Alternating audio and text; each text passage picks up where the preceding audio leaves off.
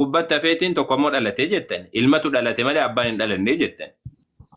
Tole erga sani jarri kun ka dhalateef kan hin dhalanne jira kan hin dhalanne illee jira. Ka dhalate illee jira kan hin dhalanne illee jira. Isaan kun meeqa isin jedha nama tokko jettan. Mee sammuma keenya kana alaal sammuma keenya kana eeggachuun barbaachisa bar. Wogguma nutti himtanu sila bar eeggachaa nutti muqabdani.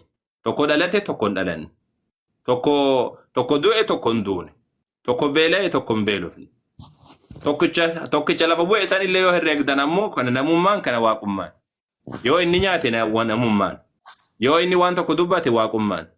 Bakkuma takka keessatti bar jechuma tokkicha keessatti tana namummaan tu namu waaqummaan.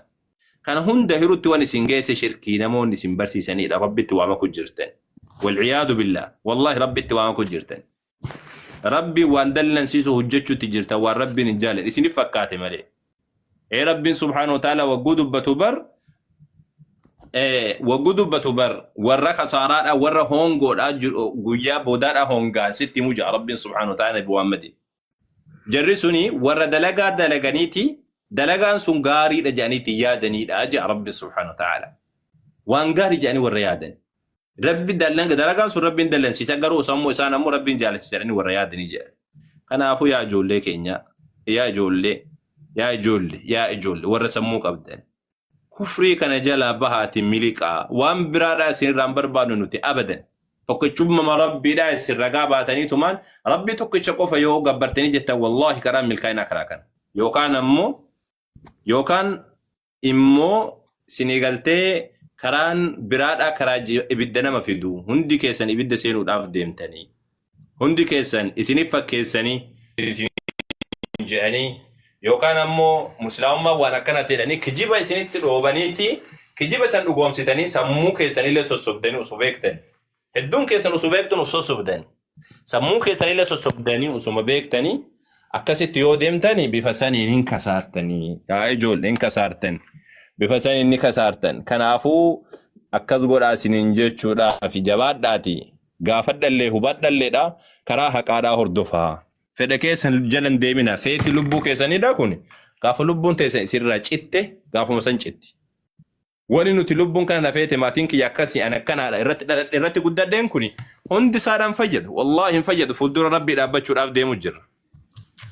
Sinigaltee hin fayyadu fuuldura rabbiidhaa dhaabbachuudhaaf deemu jirra laal.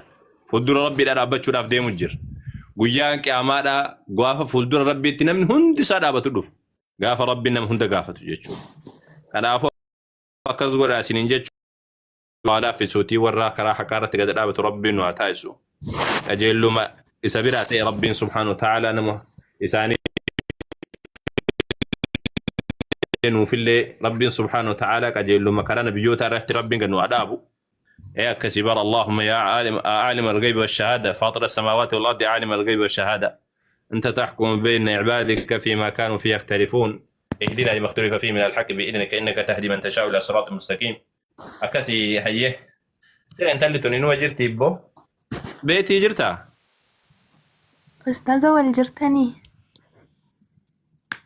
فاجو مامي كم جرتا أنتي جرانتي السلام عليكم ورحمة الله وبركاته. وعليكم السلام ورحمة الله وبركاته. Sooftii fudhachuu dhufne sooftii isinii binneedhanii asii fasiin sheerii nutti goonaan. Sooftii maaltu